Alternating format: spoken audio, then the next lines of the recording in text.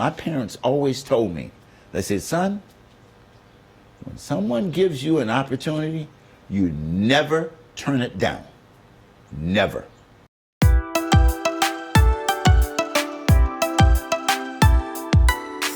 Hi, I'm Brenda, and welcome to actTWO Stories, where we hope to inspire you to try something new, find a new purpose, especially if you're 50 plus.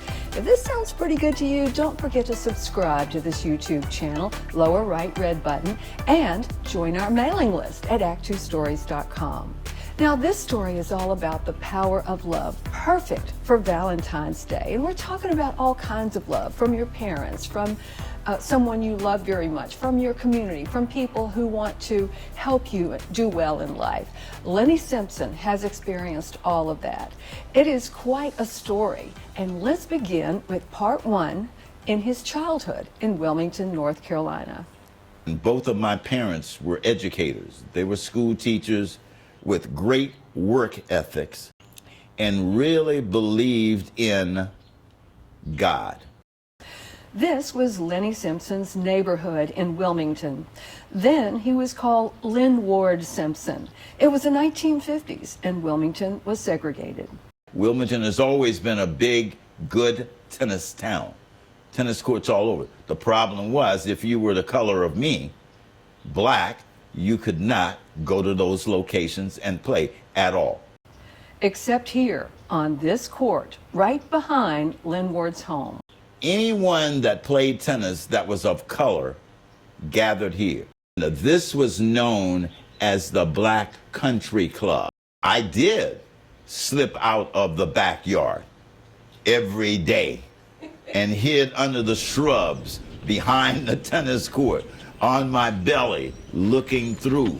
5-year-old Linward was mesmerized, but there was a problem. First of all, my mom didn't want me to come over here because she did not want me bothering the adults. I finally said to my mom, well, Mom, you may as well just go ahead and spank me now, because I want to go back over there. I want to go and look at them playing. And she kept looking at me like, what? I know you did not say that to me. And then all of a sudden, Brenda, she said to me, you know what? If you want to go over there that badly, and you're willing to take and be punished for it and a spanking for it, then I'm going to give you permission to go ahead. With that, his neighbor, Nat Jackson, took little Linward, walking me and coming through the gate, on that court, which still stands today. He brought me in, introduced me to everybody, and then introduced me to Althea Gibson, and she looked at me and said, Linward, nice to meet you. What took you so long, champ? It's almost like at 5 that I knew that God had already laid out this game plan for me. For Linward, the tennis court, which belonged to Dr. Hubert Eaton and his wife Celeste, became the court of opportunity. Look at the role models I'm around. Dr. Eaton, intelligent, successful, wealthy. The great Althea Gibson, my other mentor and coach, world champion against all of the odds. When I got ready to play my first tournament, 8 years of age, and when my mom saw me hit a ball for the first time and watched me, she just broke out in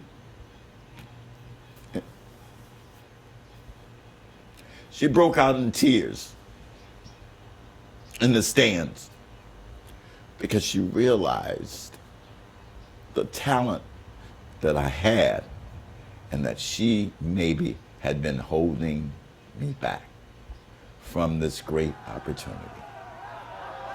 And that's how my tennis career started.